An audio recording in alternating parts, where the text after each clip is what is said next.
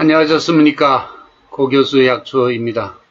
오늘은 절영에 대해서 한번 알아보도록 하겠습니다. 절영은 이뇨작용이 있다. 제가 이렇게 제목을 붙였습니다. 흔히 한방약 중에서 절영하면 대표적인 이수이뇨약, 또 이수이뇨제, 이렇게 이뇨제로 우리가 공부를 하죠. 여기 보면은 이렇게 균핵 덩어리로 되어 있어요. 오른쪽은 이렇게 절단면의 생약 사진이 되겠습니다. 자, 기원을 한번 보죠. 자, 폴리포러스 움벨라투스 이렇게 소개가 됐는데요. 잔나비관상과 폴리포라케아에 속하는 그런 생약이다 이렇게 소개를 했습니다. 우선 폴리포러스라는 말은 그 라틴어로 많은 구멍을 가졌다. 그러니까 포러스라는 게 구멍이란 뜻인가 보죠. 이제 많은 구멍을 가졌다. 이런 뜻으로부터 유래되었다라고 합니다. 움벨라투스는 산형화서라 그러면 이 꽃의 모양이 그 왕관 모양이라고 우리가 보통 얘기하는데, 산형화서, 그런 산형화서다, 이렇게 표현을 합니다. 움벨라투스. 물론 이 절영은 꽃이 있거나 그런 게 아니잖아요. 균핵, 이런 덩어리이기 때문에 그런 건 없습니다만은, 학명에는 이런 종명이 붙어 있습니다. 이런 라틴어 학명에는 이런 속명에는 대문자로 쓰고 종명은 소문자로 쓴다. 이것은 이 분야에 있는 사람이라면 상식입니다만은 그래도 이 강의를 듣는 사람들 중에는 이런 걸 전공 안 한 분도 있기 때문에 제가 높아심에서 꼭 이렇게 한마디씩 하고 넘어갑니다. 이 절영이라고 하는 것은 흔히 기원 식물을 얘기를 하면 보통 단풍나무 속에 속하는 그런 나무의 그루터기에서 자라는 그런 예를 들면 소나무의 그루터기의 뿌리 땅 밑에 뿌리 근처에서 자라는 것을 우리가 보통 복령이라 이렇게 얘기를 하면 단풍나무 속 나무의 그루터기에서 이것이 흔히 자란다 이렇게들 소개를 하고 있습니다. 그래서 절영, 그래서 균핵 덩어리다 이렇게 보시면 되겠습니다. 자, 이뇨제죠. 자, 한방적 효능을 한번 보면 단맛과 담담한 맛이 있습니다. 그리고 평제라고 하면 뜨겁지도 차갑지도 않은 그런 약이 되겠죠. 그리고 신방광경에 귀경을 한다 그랬습니다. 그래서 신장과 방광경맥에 귀경하는 약이다. 그래서 이뇨제니까 아무래도 신방광에 작용한다 이렇게 이해를 하시면 되겠고요. 한방효능은 이수삼습 그랬는데요. 이수이뇨제다 이렇게 이해를 하시면 되겠습니다. 제가 저술한 한방생약학 책에 이렇게 서술을 했죠. 해열, 지갈, 이뇨약으로서 소변이 잘 안 나가고 구갈, 입이 마르고 신장질환에 응용한다. 제가 이렇게 소개를 한 적이 있습니다. 이수삼습이라는 한방효능을 좀 풀어 설명을 하면 우리 몸의 습을 원활하게 돌려서 소변 등으로 배출시킨다 라고 직역 또는 의역할 수가 있는 겁니다. 이뇨제다 이렇게 보시면 되겠어요. 자, 생약명은 폴리포러스 그대로 폴리포러스라고 소개를 할 수가 있겠습니다.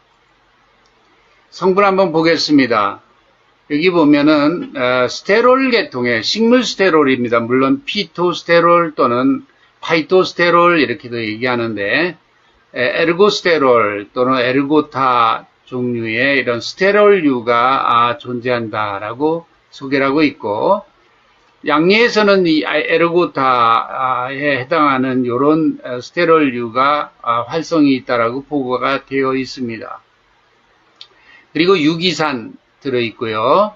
여기 보면 에르고스탄 타입의 액티스테로이드 물질이 있다. 그래서 제가 여기 대표적인 물질로 여기 보면 폴리포로이드 A라고 하는 물질을 제가 소개를 했는데요. 자, 액티스테로이드라고 하는 물질은 어떤 곤충들의 성장과 발육에 필요한 그런 스테로이드 유사 물질이다 이렇게 알려져 있는데요. 이 액티스테로이드 물질은요, 사람에 있어서는 그런 어떤 약효를 나타내는가에 대한 많은 연구들이 이루어져 있진 않지만, 최근 연구들에 의하면은 우리 사람의 근육을 생성시키는데 관여한다. 또 체중을 감소하는데도 좀 관여한다라고 알려져 있습니다. 그래서 사람에게 있어서도 이렇게 식물 또는 곤충에 들어있는 이런 액티스테로이드 계통의 물질이 어떤 약효, 효능을 나타내는데 관여한다. 예를 들면 우슬 같은 한약에도 이런 액티스테로이드 계통의 물질이 있는데, 그런 우슬 같은 그런 생약에서는 보통 이게 관절염이나 소염작용과 관련된 그런 연구 보고들이 소개가 되고 있습니다. 그러나 이 저령에서는 이 액티스테로이드 계통의 이런 물질에 대한 구체적인 약 연구들이 미진한 편이다 이렇게 말씀드릴 수가 있겠습니다. 그리고 트리테르펜 계통의 물질이 들어있고요. 자, 트리테르펜은 우리가 테르페노이드 또는 이소프레노이드 해가지고 제가 본 고교수 약초 TV에서 많이 소개를 했었어요. 그렇지만 이 동영상을 단편으로 이렇게 보는 분들을 위해서 제가 간단히는 그래도 소개를 하고 넘어가야 되겠죠. 자, 식물의 2차 대사 산물 중에서 테르페노이드 또는 이소프레노이드 하는 이런 물질군은 우리가 보통 테르펜이라고 얘기하기도 하죠. 독일 사람들이나 일본 사람들이 그렇게 얘기를 하고요. 미국이나 영국인들은 터로펜이라고 얘기를 할 겁니다. 이 물질군은 이소프렌이라고 하는 탄소 5개 물질들이 뭐 몇 개 결합했느냐에 따라서 2개 결합하면 탄소 10개짜리면은 모노테르펜, 그렇죠? 15개짜리면 세스키테르펜, 20개짜리는 디테르펜, 탄소 30개짜리는 이렇게 트리테르펜이라는 말을 하게 됩니다. 그래서 이런 트리테르펜계 물질들은요, 흔히 우리가 염증이나 다양한 당뇨나 암이나 다양한 기능성이 보고되고 있습니다. 막 그런 점에서 우리가 주목을 해야 되겠고요. 이 저령에 있어서의 이 트리테르펜도 상당히 눈여겨봐야 될 활성 물질이다 이렇게 볼 수가 있겠습니다. 그리고 밑에 빨간색으로 글루칸 그랬는데, 자, 이런 균핵 덩어리 안에는 이런 다당류 계통의 물질들이 있어요. 복룡에도 그랬죠. 그래서 항암성 다당체로 제가 소개를 한 적이 있는데, 저령에도 역시 그런 글루코스가 아주 많은 그런 결합, 그저 다량으로 결합되어 있는 그런 거대 분자를 이루고 있는 이런 폴리사카라이드류, 이런 글루칸 이런 것들이 존재하는데, 뭐 보통 기능식품 세계에서는 이것이 면역 증강 그런 기능성 원료로도 현재 활용이 되고 있는 그런 천연물이 되겠습니다. 그리고 레시딘 뭐 기능성 원료 역시 해당이 되겠습니다. 다양한 기능성들이 보고가 되고 있죠. 예를 들면 뇌의 문제라든가 신경보호라든가 다양한 기능성들이 보고가 되고 있습니다. 자, 확인된 양리를 한번 보면 역시 이 전제, 우리가 이 저령을 끓인 물이, 그렇죠? 그런 전제, 액제, 액기스에서 이뇨작용이 보고되었다는 것이고, 신장 손상 개선작용이 이런 스테롤 계통의 물질에서 보고되었다는 것이고, 항균작용이 에틸알코올 액수 추출물에서 황색 포도상구균이나 대장균에 대한 발육을 억제했다는 보고가 있습니다. 또 항종양작용, 이것은 글루칸 계통이요. 종양성, 우리가 항암성, 폴리사카라이드 제가 복룡에서도 소개를 했었죠.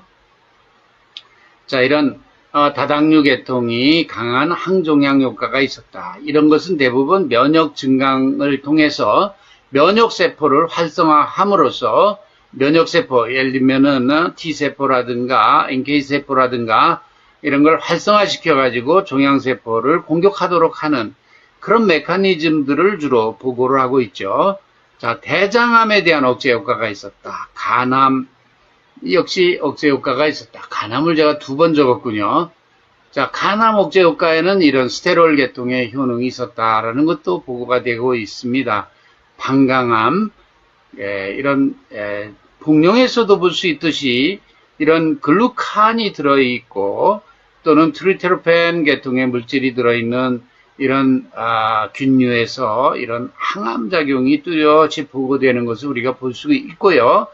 그래서 현대양리에서는 이것을 단순 이뇨제로 볼 것이 아니라 앞으로 이런 항암성 또는 식품 내지는 건강기능식품 이런 것으로 개발을 할 필요가 있다. 저는 이렇게 볼 수가 있죠.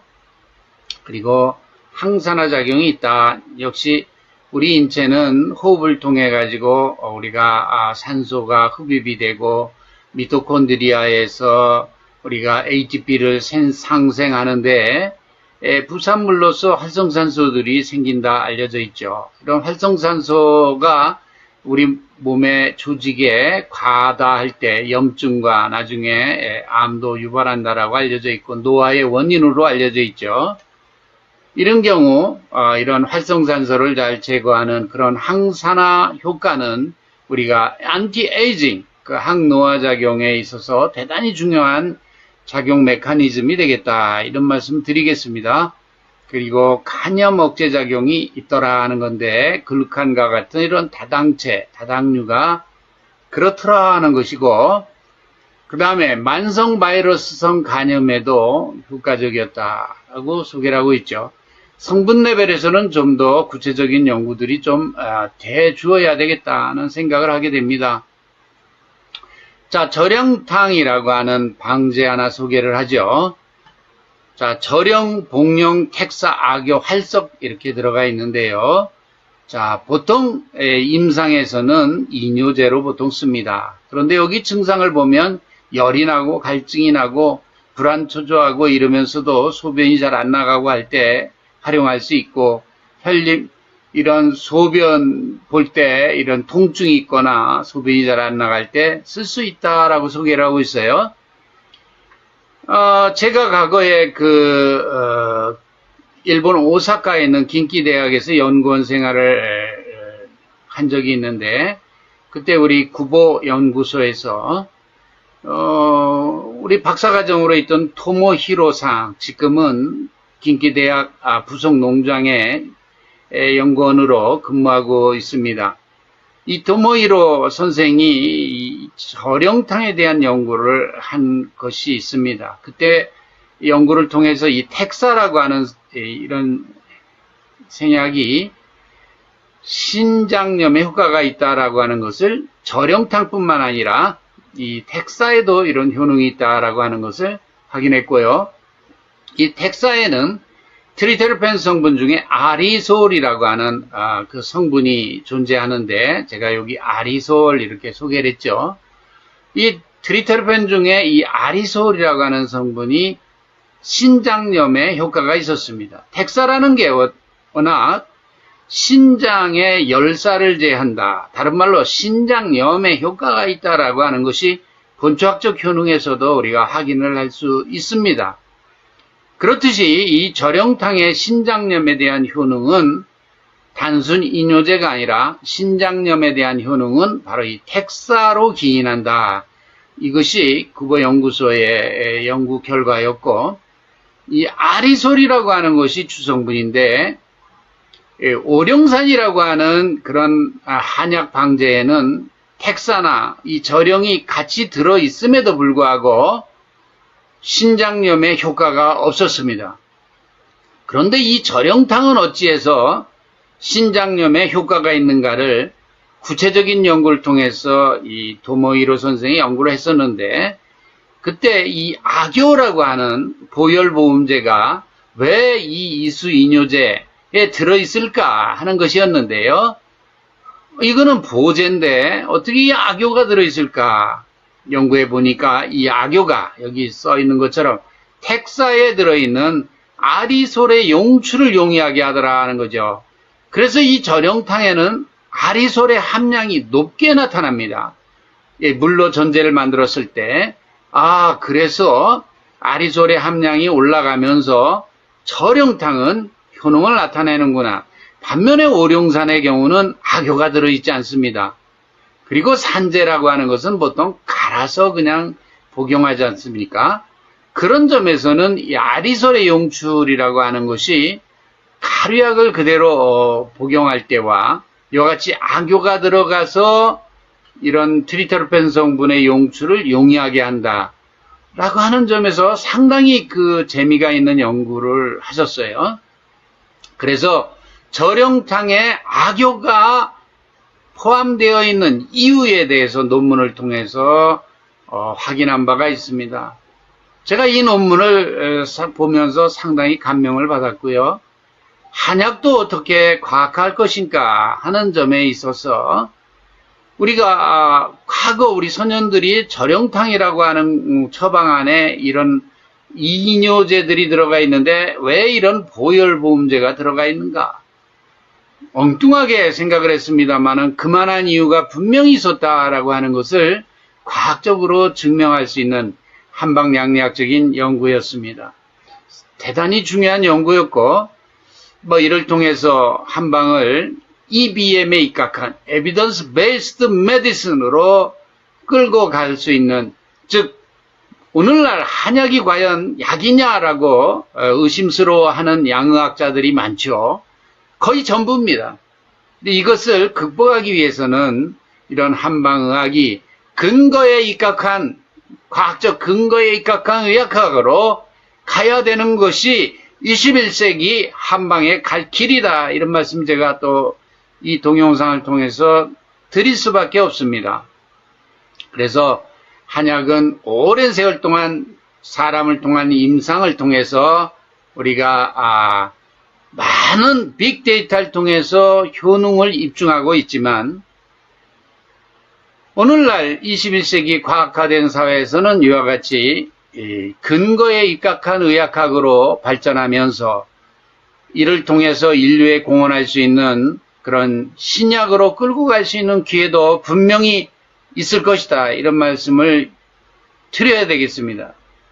오늘날 신장염에 대한 그런 치료에 있어서 올바른 약들이 그다지 많지 않을 것으로 압니다. 그런 점에서 이런 천연물에 있어서도 이 천연물을 통해서 우리가 극복하지 못하는 이런 신장염, 나아가서는 만성 신부전, 결국은 신장투석, 사망, 이렇게 이어지는 그런 불행한 일들이 조금은 줄어들어야 되지 않겠는가. 그런 점에서 본 동영상을 통해서 다시 한번 중요성을 말씀을 드립니다. 21세기 한방의학의 발전은 EBM에 입각해야 됩니다. Evidence Based Medicine으로 반드시 발전해 나가야 되겠고 정책도 이에 뒤따라야 되겠다. 이런 말씀을 제가 드리면서 오늘 동영상은 마칩니다. 우선 동영상 마치면서 긴키대학 부속농장에서 열심히 기능성 소재, 천연물 소재 연구에 열심인 우리 도모히로 선생 분발해 줬으면 좋겠고, 제가 올해 나라현 약재사회에서 초청을 받아서 기능성 강화 인삼 강연을 일본 약사들한테 제가 강연을 하고 왔습니다. 그때 마침 바로 옆에 있는 나라현 부속농장에 있는 도모히로 선생하고도 이메일을 통해서 반갑게 몇십 년 만에 안부를 전했습니다. 기뻤고요. 우리가 한 연구실에서 연구했던 동료로서 또 이런 절용탕의 신장염에 대한 EBM에 입각한 연구를 해준 거에 대해서 다시 한번 감사의 말씀을 드리고, 제가 이를 통해서 천연물 통한 신약 개발을 해야 되겠다는 마음을 굳히게 됐는데, 나한테 비전의 기회를 준 도모히로 선생한테 다시 한번 감사의 말씀, 물론 우리 주임 교수였던 구보 미찌노리 선생한테 다시 한번 감사의 말씀을 드립니다. 마칩니다.